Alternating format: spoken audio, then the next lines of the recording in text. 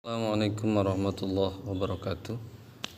Alhamdulillah, kali ini Bapak akan menjelaskan materi berikutnya tentang pengurusan jenazah. Jadi dalam kaitannya kewajiban seorang muslim terhadap muslim yang lainnya ketika muslim yang lainnya meninggal, yaitu kewajiban orang yang hidup terhadap orang yang meninggal, ada 4 hal. Yang pertama yaitu memandikan, kedua mengkafani, ketiga menyolatkan, dan yang keempat menguburkan. Nah, untuk dua yang pertama ini biasanya dilakukan dan dibimbing oleh amil memandikan. Ya, kalau memandikan ini biasanya dibimbing oleh amil. Jika laki-laki maka amilnya laki-laki, lalu beserta keluarga yang masih semahram dengan si mayit. Terus untuk mengkafani ini dipakaikan kain kafan. Nanti semua keluarga berkumpul sebelum mukanya ditutup. Ya, semua keluarga harus ridho, harus ikhlas, harus bisa merelakan kepergian sang mayit, entah itu ayahnya atau anaknya, ibunya atau juga istrinya atau suaminya dan sebagainya. Lalu yang akan Bapak bahas di sini adalah kita sesuai dengan hadis Rasulullah SAW, siapa yang mensolatkan akan mendapat pahala 1 qirot, dan kalau sampai menguburkan maka dapat pahala 2 qirot. Nah, ini 1 qirot itu ada yang bertanya kepada Rasulullah SAW, ya Rasul, apa yang dimaksud dengan 1 qirot itu? Kata Rasul, 1 qirot itu mislul jabalil azim, ya, mislul jabalil azim. Kita lihat hadisnya di sini. Bismillahirrahmanirrahim. Man syahidal qara Rasulullah SAW, man syahidal janazata hatta yusalla 'alaiha falahu qiratun. Siapa yang menyaksikan jenazah sampai ikut mensolatkan, maka yang mendapatkan 1 qirot. Tadi sudah Bapak sampaikan.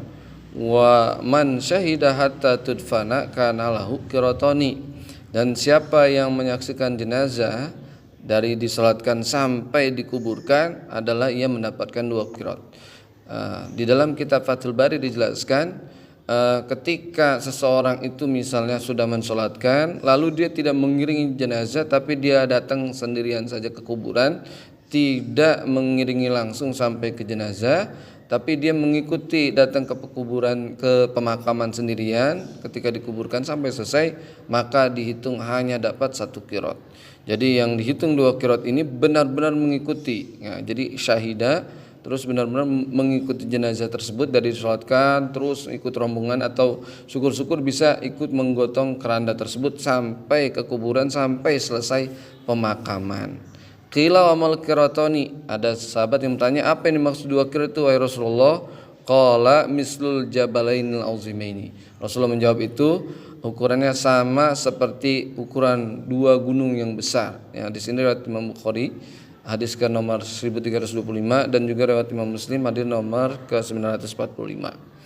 Nah, kita belajar tata caranya. Tata cara yang pertama untuk sholat jenazah yaitu pertama niat. Kalau mayitnya laki-laki maka dengan haza dan al-mayyit. Bismillahirrahmanirrahim. Usolli ala hadzal mayyiti arba'a takbiratin fardal kifayati lillahi ta'ala. Artinya saya niat mensolatkan mayit ini. Haza ini kan untuk laki-laki, kata tunjuk, ya, kata isyarat untuk laki-laki. Al-mayyiti, mayit laki-laki, arba'a takbiratin, 4 kali takbir, ya. Jadi tidak ada ruku, tidak ada sujud, apalagi tahiyat. Fardul kifayati, hukumnya fardu kifayah karena Allah Ta'ala. Jadi fardu kifayah itu adalah setiap kewajiban yang dilakukan oleh seseorang, ma'idha fa'ala wahidun minhum saqatal bakun. Kalau sudah ada seorang yang melakukan, maka yang lainnya gugur. Wa idza lam yaf'alhu ahadun ahtimal jami'u. Tapi jika tidak ada yang mengerjakan sama sekali, maka semua orang itu berdosa. Jadi alhamdulillah kalau ada relawan-relawan gempa di Cianjur dan sekarang yang sedang terjadi atau di tempat-tempat yang lain. Alhamdulillah berkat mereka lah kita tidak jadi terkena dosa karena sudah ada yang mewakilkan jika ada yang terjadi korban jiwa. Ya, begitu kira-kira. Ya, fardhu kifayah lillahi ta'ala. Niat ini harus disebutkan. Ya, yang kalau perempuan usolli ala hadzihil mayyitah, kalau mayitnya perempuan. Jadi yang kita bicarakan ini mayitnya, bukan yang sholatnya.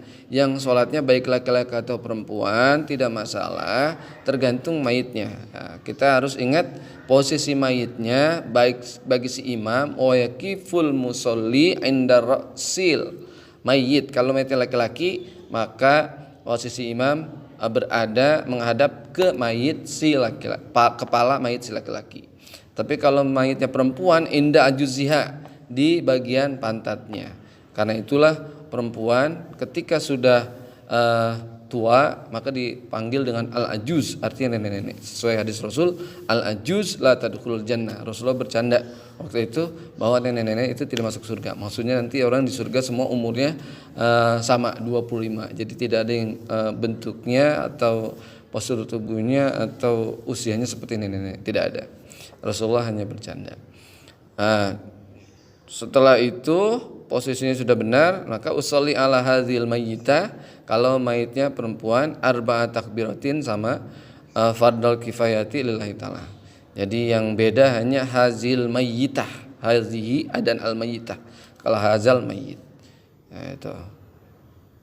Terus juga kalau misalnya mayitnya ghaib, misalnya ada kemarin gempa di Cianjur, maka kita usolli alal mayyitil ghaibi, ya, misalnya namanya fulan siapa atau sebut tidak tahu namanya, sebut aja fulan, arba'at takbiratin fardhu kifayati lillahi ta'ala. Nah, lalu takbir pertama membaca takbir Allahu Akbar, takbir pertama membaca surah Al-Fatihah. Bismillahirrahmanirrahim, alhamdulillahirabbil alamin sampai waladhdallin, amin. Selesai itu yang kedua, takbir kedua membaca salawat kepada Nabi Muhammad, minimal Allahumma sholli ala sayyidina Muhammad, di sini kurang, wa ala ali sayyidina Muhammad. Atau yang banyak Allahumma sholli, seperti salat Ibrahimiyah, Allahumma sholli ala sayyidina Muhammad kama shallaita ala sayyidina Ibrahim wa ala ali sayyidina Ibrahim wa barik ala sayyidina Muhammad wa ala ali sayyidina Muhammad wa barakta ala sayyidina Ibrahim wa ala ali sayyidina Ibrahim fil alamin innaka Hamidum Majid. Itu takbir kedua. Lalu takbir ketiga Allahu Akbar. Kalau mayitnya laki-laki akhirnya Allahumma ighfir lahu warhamhu wa'afihi wa'fu anhu. Ini bacaan minimal. Kalau perempuan Allahumma ighfir laha warhamha wa'afiha wa'fu anha. Kalau baca panjangnya Allahumma ighfir lahu warhamhu wa'afihi wa'fu anhu waj'alil jannata maswahu wa akrim nuzulahu wa asli madkhalahu waghsilhu bil ma'i wasalji wal barad wa naqi minal khotoya kama yunqasabul abyadu minad danas wa abdilhu daran khairan min darihi wa ahlan khairan min ahlihi wa zawjan khairan min jawzihi wa adkhilhul jannata wa izu min adabil qabri wa min adabin nar. Masih banyak lagi.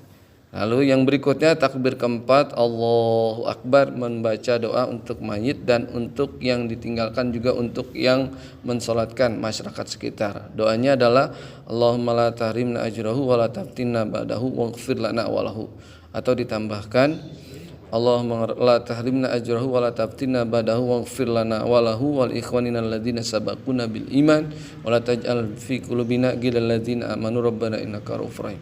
Sesuai dengan niatnya 4 kali takbir, maka mengucapkan salam ke kanan dengan Assalamualaikum warahmatullahi wabarakatuh, Assalamualaikum warahmatullahi wabarakatuh. Sudah selesai prosesi mensalatkan, lalu ada yang mendoakan. Setelah doa dibawa jenazah ke pemakaman. Bagusnya itu tadi diiringi, biar apa? Biar mendapatkan pahala 1 qiraat lagi. Jadi sangat besar. Begitu besarnya Islam menghormati orang yang sudah meninggal, diberikan ganjaran yang sangat besar agar kita menghormati saudara kita, keluarga kita, orang-orang terdekat kita dengan penghormatan terbaik sampai mereka mendapatkan tempat di sisi Allah Subhanahu wa taala di liang kuburnya. Mudah-mudahan Allah Subhanahu wa taala mengampuni dosa kita semua dan orang-orang yang telah meninggalkan kita. Terima kasih. Kurang lebihnya mohon maaf. Yusuf Pak Sufyan memberi tasbih. Cukup sekian dan terima kasih. Assalamualaikum warahmatullahi wabarakatuh.